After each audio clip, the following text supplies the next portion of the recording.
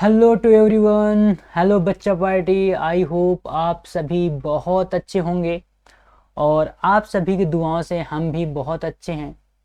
तो आज की क्लास को हम कंटिन्यू करने जा रहे हैं। आपके क्लासेस में मैं आपको एक बार आपका 10 सेकेंड का टाइम लेके रिकॉल करा दूं कि आपकी कौन कौन सी क्लासेस अभी चल रही हैं और कौन कौन सी क्लासेस आने वाली हैं। तो क्लास 10th की एनसीईआरटी चल रही है। आपकी एनसीईआरटी में आपको केमिस्ट्री कराई जा रही है। अभी आपका सेकेंड चैप्टर चल रहा है। साथ ही साथ आपका नेशनलिज्म इन यूरोप आपकी पूरी प्लेलिस्ट आ रही है। ठीक है, तो बच्चा लोग आपको क्या करना है, आपको जाकर के प्लेलिस्ट को एक्सेस करना है और वहाँ से एक एक करके क्लास को फॉलो करना है, जिससे आपका कोई भी सेशन ना छूटे, जिससे आपको कोई भी डाउट ना हो और इस तरह से आपका सिलेबस भी कंप्लीट हो जाए और आपकी तैयारी भी बहुत अच्छी हो जाए। बच्चा लोग ये क्लास बोर्ड के लिए है ही है, बट जो बच्चे आने वाले टाइम पे या जो भी स्टूडेंट आज प्रिपरेशन करना चाह रहा है, किसी फील्ड में, साइंस की फील्ड में जाना चाह रहा है या किसी अनदर फील्ड में जो कम्पिटेटिव एग्जाम से रिलेटेड फील्ड है, उस फील्ड में जाना चाह रहा है, मैं गारंटी से कह सकता हूँ ये क्लासेस उन सभी विद्यार्थियों के लिए हैं जिनका फाउंडेशन बहुत ज़्यादा वीक है। यहाँ पे सारी क्लासेस आएंगी बच्चा लोग, class 9th 10th 11th 12th, संपूर्ण NCERT, complete NCERT as well as English and as well as Hindi दोनों लैंग्वेज में कराई जाएंगी। दोनों के पीडीएफ आपके सामने होंगे और पीडीएफ फॉर्म में ही जो भी आपको कंटेंट एनसीईआरटी ने दे रखा है वही चीज़ें कराई जाएंगी। तो let's now start the today's class. तो आज की क्लास में हम देखने वाले क्या हैं बच्चा लोग, सबसे पहले आप क्या करना, आपको करना क्या है, कॉपी पेन लेके बैठ जाना है। आपके सामने एनसीईआरटी की बुक होनी चाहिए और साथ में अच्छा खासा एक पेंसिल लेके बैठो जिससे आप चीज़ों को अंडरलाइन कर पाओ। ठीक है, और बच्चा लोग कॉपी पेन लेके जरूर बैठना जिससे चीज़ें आप नोट डाउन कर सको, क्योंकि बहुत सारी चीज़ें हम अपने आप से बोलते हैं, बहुत सारी चीज़ें हम एनसीईआरटी की बियॉन्ड भी बोल जाते हैं, तो उन चीज़ों को आप नोट डाउन कर सकें। ठीक है बच्चा लोग, तो पहले यहाँ पे क्या करना है, आपको अपना काम करना है, क्योंकि हम अपना काम ईमानदारी से कर रहे हैं। तो फटाफट एक एक शेयर मार दो और एक एक सब्सक्राइब कर दो। तो बच्चा लोग आप अपना प्यार दिखाइए। ठीक है, तो आज की हम क्लास में करने वाले हैं एक्टिविटी 2.1.2, यानी कि हमने 2.1.1 तक की एक्टिविटी कर ली थी कल। ठीक है, फाउंडेशन का भी जो इस चैप्टर का एसिड्स बेस एंड सॉल्ट्स का जो भी टॉपिक रिलेटिव था, आपका जो भी आपका इंट्रोडक्शन था, हमने आपको कंप्लीटली इंट्रोडक्शन समझा दिया था, सारी बातें हो गई थी। अब देखो, अब यहाँ पे बच्चा लोग बात क्या करनी है, बात आपको इतनी सी करनी है कि अगर आप किसी एसिड के साथ या बेस के साथ किसी मेटल को रिएक्ट कराते हो तो क्या होगा। ठीक है, यानी कि आपको यहाँ पर अब chemical property of acids base and salts देखने हैं। क्या देखना है आपको, केमिकल प्रॉपर्टीज। अब देखो बच्चा लोग, केमिकल प्रॉपर्टीज का मतलब है क्या। यहाँ पे केमिकल प्रॉपर्टीज का मतलब ये है कि हम एसिड्स एंड बेस या सॉल्ट्स की रिएक्शन कराएंगे। किससे कराएंगे, अलग अलग तरीकों से कराएंगे। मेटल से करा रहे हैं, ठीक है, या एसिड बेस की खुद करा देंगे तो न्यूट्रलाइजेशन रिएक्शन निकल के आएगी। बात समझ में आ रही। तो अब हम इनकी रिएक्शन कराएंगे अलग अलग कंपाउंड के साथ, डिफरेंट डिफरेंट कंपाउंड के साथ, और उससे हमारी जो ऑब्जर्वेशन निकल के आएगी वो एनसीईआरटी हमें समझाने की कोशिश कर रही है। ठीक है, तो हम उन ऑब्जर्वेशन को समझेंगे और देखेंगे। तो पहली एक्टिविटी में कहा गया है कि आपको यहाँ पे कुछ क्वेश्चन दे दिया गया है कि this activity needs the teacher assistant. तो आपको सिंपल सी बात है बच्चा लोग कि जो 9th 10th के स्टूडेंट्स होते हैं, उन 9th और 10th के स्टूडेंट को पहली बात तो लैब में लेके नहीं जाते, और लैब में लेके जाते हैं बच्चा लोग तो बहुत ज़्यादा डेमोन्स्ट्रेशन ही कराया जाता है। बहुत सारे स्कूल्स में मैंने देखा है, जितने बड़े बड़े स्कूल्स के नाम लिए जाते हैं आजकल कॉन्वेंट में, वहाँ पर भी बच्चों को प्रैक्टिकल नहीं कराए जाते। ये एक फ्यूचर के लिए साइंस स्ट्रीम के बच्चों के लिए बहुत बड़ी प्रॉब्लम होने वाली है, या प्रॉब्लम है। मैं इस बात को रेज कर रहा हूँ, आप भी रेज करें। अगर आपके स्कूल में प्रैक्टिकल नहीं होते, आप अपने टीचर से बोलें, आप अपने केमिस्ट्री टीचर से बोलें, आप अपने साइंस के टीचर से बोलें, आप अपने प्रिंसिपल से बोलें, बट बच्चा लोग प्रैक्टिकल जरूर करें। एक बार डेमोन्स्ट्रेशन ही सही, टीचर ही कराए, बट आपको प्रैक्टिकल्स करने हैं। ठीक है, तो take about 5 ml of dilute sulphuric acid. तो कह रहा है कि एक हमने डाइल्यूट सल्फ्यूरिक एसिड का सॉल्यूशन ले लिया है जो कि 5 ml का है। ठीक है, एक टेस्ट ट्यूब में लेंगे and add a piece of few pieces of zinc granules, यानी कुछ उसमें जिंक के टुकड़े मिला दिए जाते हैं। तो बोल रहा है कि आप क्या देखोगे या आप क्या ऑब्जर्व करोगे। बात को गौर समझना बच्चा लोग, यहाँ पे बात क्या हो रही है। आप देख पा रहे होंगे, इस डेमोन्स्ट्रेशन डायग्राम को देखो। इस डेमोन्स्ट्रेटेड डायग्राम को आप देखोगे तो क्या देखने को मिल रहा है आपको कि आपके पास ये एक स्टैंड है जिसमें एक टेस्ट ट्यूब को होल्ड किया गया है। बच्चा लोग क्या किया गया है, टेस्ट ट्यूब को होल्ड किया गया है और यहाँ पे कॉर्क लगाई गई है और कॉर्क में होल है। देख रहे हैं आप, इस बात को देख पा रहे होंगे। अब देखो यहाँ पे क्या है, यहाँ पे H2SO4 का सॉल्यूशन है जो कि डाइल्यूटेड फॉर्म में है। देखो कंसंट्रेटेड एंड डाइल्यूटेड में डिफरेंस होता है। कंसंट्रेटेड का मतलब होता है कि उसमें एक भी ड्रॉप ऑफ वाटर नहीं होगा, यानी कुल मिलाकर के जो भी सॉल्यूशन होगा, अगर मैं बोल दूं बच्चा लोग कि H2SO4 का कंसंट्रेटेड सॉल्यूशन है तो इसका मतलब आप बोलोगे कि इसमें केवल और केवल H2SO4 ही है, H2O की प्रेजेंस ही नहीं है। बात समझ आ रही है बच्चा लोग। तो कंसंट्रेटेड सॉल्यूशन जो भी एसिड के केस में होगा, चाहे HCl के केस में हो, चाहे H2SO4 के केस में हो, तो बच्चा लोग उससे दूर रहना है। क्यों दूर रहना है, क्योंकि ये इतना डेंजर होता है, ये अगर आपके हाथ में गिर गया या कहीं भी किसी पोर्शन में टच हो गया तो बच्चा लोग उस पोर्शन को डैमेज कर देगा, उस पोर्शन के सेल को डैमेज कर देगा, वहाँ के सेल्स को खत्म कर देगा, यानी स्किन खराब हो सकती है, आपकी बर्न हो सकती है स्किन। क्या बात क्लियर है। जब बात है डाइल्यूटेड सॉल्यूशन की करें कि बोले कि हमारे पास एक्वस सॉल्यूशन है या तो बोल दे एक्वस सॉल्यूशन है, तो भी आपको बच्चा लोग समझ जाना है। क्या समझना है बच्चा लोग, आपको ये समझ जाना है कि जो ये सॉल्यूशन है ये H2SO4 तो है ही है, बट इसमें H2O के सब मॉलिक्यूल जो भी जिस भी रेशियो में हो बट होंगे। क्या बात समझ में आ रही है। तो जहां पर डाइल्यूटेड की बात करें तो बच्चा लोग आपको इतना समझ लेना है कि इस सॉल्यूशन के अंदर या H2SO4 हो, चाहे HCl हो, चाहे HNO3 हो, चाहे आपका CH3COOH हो, कोई भी एसिड हो, कोई भी any type of acid in the case of dilute solution, तो आपको क्या देखना है कि आपको वहां पे ये बोलना है कि वहां पर प्रेजेंस ऑफ वाटर होगा। तो आई होप बच्चा लोग इतनी बात आपको समझ में आ गई होगी कि डाइल्यूट सॉल्यूशन में एंड कंसंट्रेट में डिफरेंस क्या होता है। कंसंट्रेशन में केवल और केवल, कंसंट्रेटेड सॉल्यूशन में केवल और केवल वही कंपाउंड होगा जिसकी बात की गई है, या वही सॉल्यूशन होगा जिसकी बात की गई है, उसमें वाटर की प्रेजेंस बिल्कुल भी नहीं होगी। क्या बच्चे लोग क्लियर है। अब देखो इसमें क्या कहा गया है, डेमोन्स्ट्रेटेड डायग्राम में कहा गया है कि इसमें कुछ जिंक के पार्टिकल हमने डाल दिए हैं, जिंक के ग्रेनुअल्स डाल दिए हैं। अब कह रहा है कि अब ये बताओ बच्चा लोग कि आपने इस पूरे डेमोन्स्ट्रेटेड डायग्राम में क्या ऑब्जर्व किया। तो पहली बात ये कि यहाँ पर कोई ना कोई रिएक्शन प्लेस लेगी, ठीक है। अब क्या कर रहे हैं, उसे देखो लेके आ रहे हैं, ये सोप का सॉल्यूशन है और इस सोप के सॉल्यूशन में कोई गैस आकर के क्या हो रही है, यहाँ से एक्सक्रीट हो रही है। तो जब ये गैस एक्सक्रीट हो रही है तो यहाँ पे हो क्या रहा है बच्चा लोग, आप देख पा रहे होंगे कि यहाँ पर कुछ बबल्स निकल रहे हैं, ठीक है, कि उस गैस के आने की वजह से या उस गैस के एक्सक्रीट होने की वजह से यहाँ पर कुछ बबल्स निकल रहे हैं जो कि सॉप के सॉल्यूशन से निकल रहे हैं।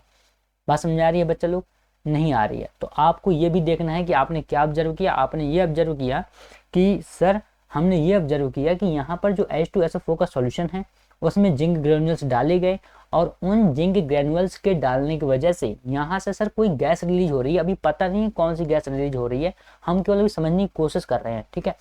बट जो भी गैस रिलीज हो रही है वो गैस यहाँ पर सोप के सॉल्यूशन में आकर के बबल्स फॉर्म में क्या दिखा रही है, एक रिएक्शन दिखा रही है कि यहाँ पे बबल के फॉर्मेशंस हो रहे हैं। तो आपने पूरे डायग्राम से बच्चा लोग आई होप कि ये बात समझ ली होगी कि यहाँ पर क्या बातें हो रही हैं, ठीक है बच्चा लोग, ये बात ठीक है।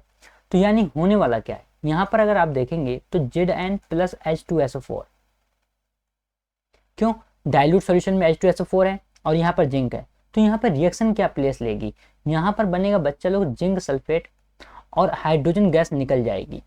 क्या निकलेगी, हाइड्रोजन गैस निकल जाएगी। तो आप क्या बोलोगे बच्चा लोग, आप ये बोलोगे कि सर जब हम H2SO4 के डाइल्यूटेड सॉल्यूशन की रिएक्शन जिंक से कराते हैं, जब हम H2SO4 के डाइल्यूटेड सॉल्यूशन की रिएक्शन जिंक से कराते हैं तो हमारा जिंक सल्फेट मिलता है, यानी कि डिस्प्लेसमेंट रिएक्शन प्लेस लेती है और हाइड्रोजन गैस रिप्लेस हो जाती है, हाइड्रोजन गैस निकल जाती है। तो आप इस ऑब्जर्वेशन को अपने किस में लिखोगे, प्रैक्टिकल फाइल में। अगर प्रैक्टिकल फाइल बनवाई जाती है तो आप वहाँ लिखोगे, अगर नहीं बनवाई जाती, एग्जाम में क्वेश्चन आ जाता है कि हम H2SO4 के सॉल्यूशन को, डाइल्यूटेड सॉल्यूशन को कुछ जिंक ग्रेनुअल्स के साथ रिएक्शन करा रहे हैं या कुछ जिंक ग्रेनुअल्स को उसमें डाल रहे हैं, तो क्या आपने ऑब्जर्व किया। तो जब ऐसा क्वेश्चन आपके बोर्ड एग्जाम में, आपके प्री बोर्ड एग्जाम में, आपके किसी भी एग्जाम में आ जाए तो आप बोलोगे कि सर वहाँ पर डिस्प्लेसमेंट रिएक्शन प्लेस लेगी और डिस्प्लेसमेंट डायरेक्शन प्रेस लेने के साथ वहाँ से हाइड्रोजन गैस रिलीज होगी और वो हाइड्रोजन गैस यहाँ पे सोप के सॉल्यूशन में आकर के बबल फॉर्म में कुछ बबल्स को यहाँ पे क्या कर रही है, फॉर्मेशन कर रही है। क्या बच्चों लोग इतनी बात क्लियर हो गई? तो हमने एक्टिविटी की जो यहाँ पे हमसे पूछा गया था कि यहाँ पे क्या हो रहा है वो हमने बता दिया, ठीक है। तो what do you observe on the surface of zinc granules, तो हमने देख लिया कि क्या होने वाला है, वहाँ पे H2S जो है H2 गैस रिलीज होगी, ठीक है। Pass the gas being involve through the soap solution, why are bubbles formed in a soap solution, ठीक है। Take a burning candle near a gas filled bubble, what do you observe, आप क्या observe करोगे, ठीक है। तो repeat the activity, यही इसी एक्टिविटी को आप रिपीट करो कुछ एसिड्स के साथ, कुछ और एसिड्स के साथ। कौन कौन से एसिड हैं? Like HCl, like HNO3 and CH3COOH, यानी कि एसिटिक एसिड। तो बच्चा लोग आप यहाँ पे क्या देखोगे? देखो सिंपल सी बात है, आप एक बात यहाँ पे याद रखना। क्या याद रखोगे? आप सीधी सी इस बात को याद रखना कि जब भी आप किसी भी एसिड की रिएक्शन, जब भी आप किसी भी एसिड की रिएक्शन, देखो एसिड्स की रिएक्शन, किसी भी एसिड्स की रिएक्शन आप मेटल से कराते हो। किससे कराते हो? मेटल से। बात को गौर समझना, क्योंकि जिंक मेटल है, जिंक क्या है? मेटल है। जब आप किसी मेटल से कराते हो तो वहां पर क्या होगा? वहां पर आपकी हाइड्रोजन गैस कंपल्सरी रिलीज होगी, हाइड्रोजन गैस कंपल्सरी रिलीज होगी ही होगी। अब यहाँ पे बनने वाला कंपाउंड डिफर करेगा। कैसे? अगर सपोज करो यहाँ पर HCl होता है एसिड के फॉर्म में और यहाँ पे जिंक होता, तो मैं क्या बोलता, यहाँ पर जिंक क्लोराइड बनेगा। क्या बनेगा? Zinc chloride. और यहाँ पे हाइड्रोजन गैस कंपल्सरी रिलीज होगी। तो आपको ये बात याद रखनी है बच्चा लोग, केमिस्ट्री बहुत आसान होती है, आप लोग पैनिक कर जाते हो, पैनिक नहीं करना है, ठीक है। तो यहाँ पर क्या बनेगा? यहाँ पर जिंक क्लोराइड बनेगा बच्चा लोग, और यहाँ पे हाइड्रोजन गैस कंपल्सरी रिलीज होगी, ठीक है। अगर सपोज करो यही हमने HNO3 के साथ किया, किसके साथ? HNO3 के साथ, तो देखो क्या होगा, जिंक के साथ हमने रिएक्शन कराई, तो यहाँ पर क्या बनेगा? यहाँ पर जिंक नाइट्रेट बन जाएगा, ZNO3 बन जाएगा, और हाइड्रोजन गैस कंपल्सरी रिलीज होगी, हाइड्रोजन गैस कंपल्सरी रिलीज होगी। तो आई होप कि आपको बात समझ में आ रही होगी कि यहाँ पर बनने वाला कंपाउंड मे बी वेरी कर जाए, मे बी वेरी कर जाए, ऑब्वियस सी बात है, वेरी करेगा, कंपाउंड अलग अलग होंगे, एसिड्स अलग अलग होंगे, तो यहाँ पर बनने वाला जो क्या है, यहाँ पर बनने वाला जो प्रोडक्ट है वो क्या होगा? वेरी करेगा, बट यहाँ से हाइड्रोजन गैस रिलीज होगी, हाइड्रोजन गैस कंपल्सरी रिलीज होगी। तो आपको एक बात याद रखनी है, एक ही फॉर्मेशन में रिएक्शन को याद रखना है कि जब हम किसी एसिड्स की रिएक्शन मेटल से कराते हैं, जब हम किसी एसिड्स की रिएक्शन मेटल से कराते हैं तो हाइड्रोजन गैस रिलीज होती है। और इसका लाइव प्रैक्टिकल बच्चा लोग आप अपने घरों में देख सकते हो। कैसे? घरों में आपके बैटरी होंगी, जिनके घर में इन्वर्टर्स होंगे, या आपने बैटरी देखी होगी। तो बैटरीज में क्या होता है? बैटरीज में सिंपल सी बात है, या तो निकल की प्लेट लगी होती है या तो कैडमियम की प्लेट लगी होती है। बच्चा लोग बात को समझें, निकल क्या है? निकल मेटल है, निकल क्या है? मेटल है। कैडमियम क्या है? मेटल है। अब उनमें आयरन की प्लेट नहीं होती, क्यों? आयरन ज़्यादा रजिस्टिव होता है, ठीक है, उसकी रजिस्टिव प्रॉपर्टी की वजह से वहाँ पे आयरन यूज नहीं करते, बट निकल एंड कैडमियम यूज करते हैं। आपने देखा होगा, सेकेंडरी थिंग ये आपने गौर की होगी बच्चा लोग कि जो सॉल्यूशन आप बैटरी में डालते हो वो H2SO4 का डाइल्यूटेड सॉल्यूशन होता है। कैसा? एक्वस सॉल्यूशन होता है। अब देखो बच्चा लोग यहाँ पे हो क्या रहा है, यहाँ पर आपका निकल होगा, या तो निकल की प्लेट्स होंगी या तो कैडमियम की प्लेट्स होंगी। मैं आपको रियल लाइफ का एग्जांपल बता रहा हूँ जो आप घर में देख सकते हो। अब देखो यहाँ से निकल क्या करेगा? अगर निकल की प्लेट होगी तो निकल रिएक्शन करेगा, और कैडमियम की होगी तो कैडमियम रिएक्शन करेगी, ठीक है। अब यहाँ से निकल क्या करेगा? निकल हाइड्रोजन को रिप्लेस कर देगा। क्यों रिप्लेस कर देगा? क्योंकि मोर रिएक्टिव है। अब मोर रिएक्टिव है तो क्या कर देगा? रिप्लेस कर देगा। तो सिंपल सी बात है, यहाँ पर क्या रिएक्शन प्लेस लेगी? यहाँ पर निकल सल्फेट बन जाएगा, निकल सल्फेट बन जाएगा, और यहाँ पर हाइड्रोजन गैस रिलीज होगी। क्या बात समझ में आ रही है? तो अगर आपसे कोई पूछे कि क्या कभी बच्चा लोग आप लोगों ने रियल लाइफ में ऐसा डेमोन्स्ट्रेशन देखा है, तो आप बोल देना हाँ सर हमने देखा है। कहाँ देखा है? तो हमने अपने घरों में बैटरियों को तो देखा ही देखा है।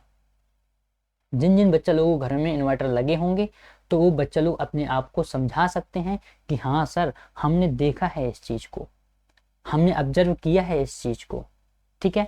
क्लियर है बच्चा लोग?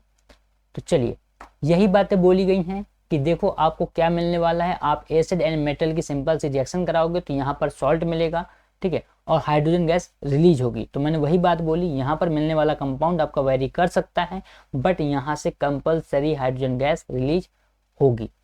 क्लियर है बच्चा लोग? चलिए अगली हम एक्टिविटी की ओर रुख करते हैं। तो अगली एक्टिविटी 2.4 कह रही है कि place a few pieces of granulated zinc metal. फिर से कह रहा है कि जिंक मेटल को आप किसी एक टेस्ट ट्यूब में ले लो। हमने बोला ठीक है। फिर बोल रहा है कि 2 ml ऑफ सोडियम हाइड्रोक्साइड ले लो। देखो बच्चा लोग वहां पर क्या था, हमने वहां पर बच्चा लोग एसिड की रिएक्शन कराई थी मेटल से, एसिड की रिएक्शन कराई मेटल से। अभी हम करा के आ रहे हैं इसके जस्ट पहले वाली रिएक्शन में। अब यहाँ पर क्या है, यहाँ पर ये जो है बेस की रिएक्शन करा रहा है मेटल से। किसकी? बेस की रिएक्शन करा रहा है मेटल से, क्योंकि NaOH क्या है, NaOH क्या है, NaOH बेस है। मैंने बच्चा लोग इंट्रो वाली क्लास में आपको ये बहुत अच्छे से डिफाइन किया है कि कौन एसिड होगा कौन बेस होगा, मैंने बहुत अच्छे से डिफाइन किया है। नहीं करी है क्लास तो बच्चा लोग ये आप लोगों की फॉल्ट होगी, हमारी फॉल्ट नहीं है। हम अपना काम बहुत ईमानदारी से कर रहे हैं और हमें पता है हमें आपको क्या देना है और क्या नहीं देना है, ठीक है, हमें पता है हमें आपको क्या डिलीवर करना है। आज से हमें टीचिंग करते नहीं हो रहा है, ठीक है, तो जो भी हमारे एक्सपीरियंस की चीज़ें हैं हम आपको डेफिनेटली शेयर करेंगे, ठीक। तो अब यहाँ पे क्या कर रहा है कि यहाँ पे एक बेस की रिएक्शन क्या करा रहा है, बेस की रिएक्शन करा रहा है मेटल से। अब देखो क्या हो रहा है, तो repeat the rest of the steps, जो हमने वहाँ पे स्टेप्स किए हैं वही रिपीट करनी है एक्टिविटी 2.3 की, एंड रिकॉर्ड योर ऑब्जर्वेशंस। देखो बच्चा लोग अब यहाँ पे ऑब्जर्वेशन क्या होगी, तो सबसे पहले हमें ये देखना है कि सिंपल सी बात है ये बेस है, ये बेस है। बेस की रिएक्शन हमने किससे कराई, जिंक से कराई। तो जब भी हम बेस की रिएक्शन जिंक से कराएंगे तो भी हाइड्रोजन गैस क्या होगी, रिलीज होगी, और यहाँ पे एक सॉल्ट बनेगा। क्या बनेगा? सॉल्ट का फॉर्मेशन होगा। मे बी यहाँ पे सॉल्ट चेंज होगा, ऑब्वियस सी बात है, सॉल्यूशन चेंज होंगे तो सॉल्ट भी चेंज होगा। क्या बात क्लियर है? क्या बात क्लियर होगी बच्चा लोग? तो यहाँ पे देखो NaOH की रिएक्शन कराई गई है जिंक के साथ, तो यहाँ पर सोडियम जिंकेट बना है। क्या बना है? सोडियम जिंकेट, और हाइड्रोजन गैस रिलीज हुई है बच्चा लोग, हाइड्रोजन गैस यहाँ पे रिलीज होगी। तो आपको फिर से यही बात लिखनी है कि जब भी हम कभी किसी बेस की रिएक्शन मेटल से कराएंगे तो वहां पर डिस्प्लेसमेंट रिएक्शन प्लेस लेगी, और डिस्प्लेसमेंट रिएक्शन प्लेस लेने के रिजल्ट के फॉर्म में हमें वहां पर एक सॉल्ट और हाइड्रोजन गैस मिलेंगे। क्या बच्चा लोग ये बात क्लियर है? तो हमें क्या क्या मिलेगा, यहाँ पर कोई सॉल्ट मिलेगा और हमें क्या मिलेगा, हाइड्रोजन गैस रिलीज होगी। तो आपको ये एक बात यहाँ पे याद रखनी है। तो you find again that hydrogen is formed in the reaction, however such reactions are not possible with all metals। तो ऐसी रिएक्शन सभी मेटल के साथ पॉसिबल नहीं है। तो बच्चा लोग आपको यहाँ उलझना नहीं है आप, क्योंकि कुछ क्यूरियस बच्चे होते हैं, अब वो यहाँ पे उलझना चालू कर देते हैं कि सर बताइए ऐसी कौन कौन सी मेटल्स हैं जिनके साथ ये रिएक्शंस पॉसिबल नहीं है। तो बच्चा लोग जब आप रिएक्टिविटी सीरीज करोगे, क्या करोगे, जब आप इलेक्ट्रोकेमिकल सीरीज करते हो, ECS जिसे बोलते हैं ECS, इलेक्ट्रोकेमिकल सीरीज क्या है, मैं आपको थोड़ा सा डेमोन्स्ट्रेशन दे देता हूँ इसका, ठीक है, क्योंकि आपको वहीं से पता चलता है इलेक्ट्रोकेमिकल सीरीज से ही कि आपकी कौन सा एलिमेंट किस एलिमेंट को रिप्लेस करेगा और कौन सा एलिमेंट किस एलिमेंट को रिप्लेस नहीं करेगा, आखिर किस एलिमेंट की कितनी रिएक्टिविटी है और कौन सा एलिमेंट मोर रिएक्टिव है, कौन सा एलिमेंट लेस रिएक्टिव है। तो ये हम क्लास 11th एंड 12th वाले NCERT बैच में जरूर कराएंगे ये सारे टॉपिक्स, ECS वगैरह, क्योंकि ECS वगैरह आपके यहाँ पे अभी इतना लेवल पर नहीं है। तो आपको बच्चा लोग एग्जाम अभी पास करना है, एग्जाम सिर में है, तो सिंपल सी बात है, आपको इतनी टेंशन नहीं लेनी है। अगर ज़्यादा क्यूरियोसिटी आए तो आप हमारे 11th वाले बैच को भी ज्वाइन कर लीजिएगा। आप 11th वाले सब बच्चा लोग सब फ्री ऑफ कॉस्ट है, यहाँ पे कुछ भी पेड नहीं है। यूट्यूब पर सारी क्लासेस फ्री ऑफ कॉस्ट है और पूरा सिलेबस फ्री होगा, ठीक है। तो आपको वहाँ से पता चलेगा, यहाँ पर ECS के कुछ एलिमेंट दिए गए हैं 21-22 के आसपास, ठीक है, तो वहाँ से आपको पता चलता है ये सारी बातें। तो बच्चा लोग उलझना नहीं है इन चीज़ों में, हाँ, बट आपको इतना याद रखना है कि ईच मेटल की रिएक्शन पॉसिबल नहीं है बेस के साथ, ठीक है। चलिए हम लोग अगली एक्टिविटी की ओर रुख करते हैं, और देखो अगली एक्टिविटी में क्या कह रहा है, कह रहा है कि हाउ डू मेटल कार्बोनेट्स, आखिर कोई मेटल कार्बोनेट्स मेटल हाइड्रोकार्बोनेट्स के साथ रिएक्ट करेगा विद एसिड। देखो सिंपल सी बात है, यहाँ पे कहा गया है कि कोई भी मेटल कार्बोनेट्स हो और कोई मेटल हाइड्रोजन कार्बोनेट्स हो, और उसकी रिएक्शन हम करा दें किसी एसिड के साथ, तो क्या होगा? सिंपल सी बात है बच्चा लोग, फिर वही बात की गई है कि आपको डेमोन्स्ट्रेशन डायग्राम को फिर से देखना है। मैं बच्चा लोग बार बार मैं क्यों बोलता हूँ कि आप डायग्राम को देखें? देखिए सिंपल सी बात है कि आप जो पढ़ते हो, जैसे मैं आपको अगर आपको एक एग्जांपल लेके बात करूँ तो आप जैसे कोई लोग बच्चे लोग मन के अंदर पढ़ते हैं, ठीक है, तो कुछ लोगों को याद होता है, कुछ लोगों को याद नहीं होता है। सिंपल सी बात है। क्यों ऐसा क्यों होता है? क्योंकि जो हम लोग, जैसे मैं बोल रहा हूँ तो ये मेरी वॉइस स्टेबल है। कैसी है? स्टेबल है। तो जो भी आप मुझे सुन रहे हो कि सर क्या बोल रहे हैं, मेटल कार्बोनेट्स बोल रहे हैं कि मेटल हाइड्रोजन कार्बोनेट्स बोल रहे हैं कि रिएक्शन एसिड के साथ करा रहे हैं कि बेस के साथ करा रहे हैं, तो ये सारी बातें आपको याद होती जाएंगी, क्योंकि आपके ब्रेन पे, आपके सबकॉन्शियस ब्रेन पे एक स्टेबल वॉइस, एक स्टेबल थॉट ही जा करके वहाँ पे रुकता है।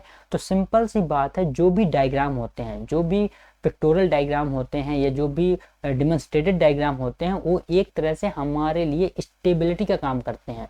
बात समझ में आ रही है बच्चा लोग? तो सिंपल सी बात है, ये सारी चीज़ें हमारे सबकॉन्शियस ब्रेन में एक तरह से पिक्टोरल, एक तरह से पिक्चर फॉर्म में क्रिएट हो जाती है।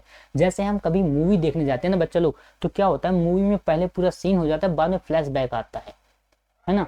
पूरा सीन हो जाएगा, पूरी मूवी खत्म हो जाएगी, बाद में पता चलेगा किस हीरोइन को कौन सा गुंडा उठा के लेके गया था और किस गुंडे को हीरो ने मारा है, ठीक है। तो वहां पर फिर क्या करते हैं बच्चे लोग, पूरा फ्लैशबैक दिखाते हैं। तो जो डेमोन्स्ट्रेशन डायग्राम होते हैं साइंस के केस में, वो बच्चा लोग आपको एज अ फ्लैशबैक का काम करते हैं। इस वजह से बच्चा लोग जितने भी प्रैक्टिकली आप सब्जेक्ट पढ़ते हो, चाहे वो साइंस हो चाहे वो कोई अनादर सब्जेक्ट हो, तो बच्चा लोग पिक्टोरल फॉर्म में पढ़ा करें। बच्चा लोग उनके डेमोन्स्ट्रेशन डायग्राम को जरूर देखें। मेरी पर्सनल सजेशन है ये, मैं अपने एक्सपीरियंस के बेसिस पे ये बात बता रहा हूँ कि आपको वहाँ पे पिक्टोरल फॉर्म में जो डायग्राम है, जो डेमोन्स्ट्रेटेड डायग्राम है, उन्हें देखना है, ठीक है। तो अब इस डेमोन्स्ट्रेशन डायग्राम में हम देखें तो क्या देखेंगे कि एक स्टैंड है, ठीक है बच्चा लोग, एक स्टैंड है, उस स्टैंड में हमने एक टेस्ट ट्यूब को होल्ड कर दिया है, ठीक है। यहाँ पर देखो इसे बोलते हैं कॉर्क। क्या लगा हुआ है? कॉर्क लगा हुआ है। और ये कह रहा है कि इस टेस्ट ट्यूब में हमने सोडियम कार्बोनेट के सॉल्यूशन को लिया है। किसके सॉल्यूशन को? देखो बात समझ में आ रही है? Sodium carbonate. अब देखो यहाँ पे सोडियम कार्बोनेट सॉल्यूशन लिया है, फिर उसने बोल रहा है कि कैल्शियम हाइड्रोक्साइड सॉल्यूशन हमें मिल रहा है यहाँ पर, ठीक है। और यहाँ पे हाइड्रोक्लोरिक एसिड का डाइल्यूट सॉल्यूशन है। बच्चे लोग बात को समझना, क्या क्या बातें यहाँ पे प्रेजेंट है। तो आप देखोगे कि जो सॉल्यूशन है वो किसका है? डाइल्यूट HCl का सॉल्यूशन है। उसमें सोडियम कार्बोनेट के कुछ पार्टिकल्स या कुछ अमाउंट डाल दिया गया है, ठीक है। तो यानी कहने का मतलब ये है कि सोडियम कार्बोनेट की रिएक्शन HCl से कराई जा रही है। सोडियम कार्बोनेट की रिएक्शन किससे? HCl से कराई जा रही है। तो उन्होंने बोला कि यहाँ पर हमें कैल्शियम हाइड्रोक्साइड का सॉल्यूशन मिल रहा है, यहाँ पे एज अ प्रोडक्ट फॉर्म में।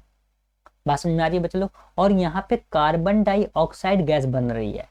तो आपने पूरे डेमोन्स्ट्रेशन डायग्राम से आपने क्या समझा? आपने ये समझा कि जब भी हम कभी HCl की रिएक्शन किससे कराते हैं? सोडियम कार्बोनेट से, Na2CO3 से कराते हैं, तो वहां पर क्या बनता है? वहां पे कैल्शियम हाइड्रोक्साइड बनता है, CaOH का होल ट्वाइस बनेगा। सिंपल सी बात है, ठीक है। बात समझ में आ रही है बच्चा लोग? नहीं आ रही है तो आपको इस बात को ध्यान रखना है और आपको क्या देखना है कि आपको यहाँ पर CO2 गैस भी बनेगी। बात समझ में आ रही है कि CO2 गैस भी क्या कर रही है? प्लेस ले रही है। तो आपको यहाँ पे पूरी बात समझनी है कि आपने डेमोन्स्ट्रेशन डायग्राम में क्या क्या देखा। तो आपने पहली बात ये देखी कि HCl का सॉल्यूशन है, सोडियम कार्बोनेट के हमारे पास कुछ कंपाउंड्स हैं या कुछ पार्टिकल्स हैं जिन्हें हमने डाल दिया, कुछ अमाउंट को डाल दिया, और यहाँ पे हमें क्या मिला? कैल्शियम हाइड्रोक्साइड मिला, और यहाँ पर सोडियम जो कार्बन डाइऑक्साइड गैस भी मिल रही है एज अ प्रोडक्ट फॉर्म में, ठीक है। तो यहाँ पे टेक 2 टेस्ट ट्यूब्स, उसने बोला कि 2 टेस्ट ट्यूब ले लो, label them as A and B को वहाँ पे लेबल करना है। Take about 0.5 gram of sodium carbonate का सॉल्यूशन को लेना है जो कि 0.5 ग्राम होगा, Na2CO3 in test tube A, and about 0.5 gram of sodium hydrogen carbonate, और हमें 1.5 ग्राम के सोडियम हाइड्रोजन कार्बोनेट को भी लेना है in a test tube B, ठीक है। उसमें हमें 2 ml ऑफ डाइल्यूट HCl को ऐड करना है दोनों ट्यूब में, ठीक है। What do you observe? आप क्या ऑब्जर्व करोगे? तो यहाँ पे क्या होगा? Pass the gas produced in each case through lime water के थ्रू गैस पास होगी। सिंपल सी बात है, कैल्शियम हाइड्रोक्साइड का सॉल्यूशन बनेगा as shown in the record your observation in shown in the figure 2.2 and record your observation. तो यहाँ पे आपको पूरी बात समझ में आ गई होगी कि हमें 0.5 ग्राम का सोडियम कार्बोनेट का सोल्यूशन लेना है। फिर उसी में हमें एक टेस्ट ट्यूब भी है जिसमें हमें 0.5 ग्राम का सोडियम हाइड्रोजन कार्बोनेट का सोल्यूशन लेना है। उसमें हमें 2 ml के आसपास HCl को ऐड कर देना है। आप क्या क्या ऑब्जर्व करोगे कि CO2 पास हो रही है, एक गैस पास हो रही है और कैल्शियम हाइड्रोक्साइड का सॉल्यूशन बन रहा है। क्या बात समझ में आ रही है? तो आपने देखा टेस्ट ट्यूब ए में सोडियम कार्बोनेट को लिया, आपने HCl के सॉल्यूशन को लिया, तो आपको यहाँ पे क्या मिला? नमक मिला, यानी salt. NaCl sodium chloride, water form हो रहा है, CO2 गैस पास हो रही है, ठीक है। इसी तरह से जब आपने सोडियम हाइड्रोजन कार्बोनेट के साथ कराया HCl की रिएक्शन, तो आपके पास NaCl मिल रहा है, हाइड्रोजन वाटर मिलेगा और कार्बन डाइऑक्साइड गैस रिलीज होगी। बात समझ में आ रही है बच्चा लोग? तो जब आपने on the passing of carbon dioxide gas involve through a lime water, जब इसी कार्बन डाइऑक्साइड गैस को आपने लाइम वाटर के थ्रू पास किया, तो जब आपने लाइम वाटर के थ्रू इस कार्बन डाइऑक्साइड गैस को पास किया, तो आपको व्हाइट प्रेसिपिटेट के फॉर्म में कैल्शियम कार्बोनेट का सॉल्यूशन मिलेगा। क्या मिलेगा बच्चा लोग? कैल्शियम कार्बोनेट का सॉल्यूशन मिलेगा। बात समझ में आ रही है? कैल्शियम कार्बोनेट का प्रेसिपिटेट मिलेगा। प्रेसिपिटेट क्या होता है? एक व्हाइट टाइप का आपका जो है बोल सकते हो कि एक व्हाइट टाइप का पाउडर होता है, ठीक है, जो आकर के आपके टेस्ट ट्यूब के इस बॉटम में जम जाता है। कहाँ पर? यहाँ पर जम जाएगा, यहाँ पर, ठीक है। ये आपको दिख रहा होगा, ये जमा हुआ, तो ये सब क्या है? प्रेसिपिटेट है, व्हाइट प्रेसिपिटेट, ठीक है। क्या बात क्लियर हुई? तो सिंपल सी बात है, आप sodium carbonate, sodium hydrogen carbonate की रिएक्शन एसिड से करा रहे हैं, तो क्या क्या मिलने वाला है? सॉल्ट मिलेगा, वाटर मिलेगा और कार्बन डाइऑक्साइड गैस पास होगी। जब आप उसी कार्बन डाइऑक्साइड गैस को क्या करोगे?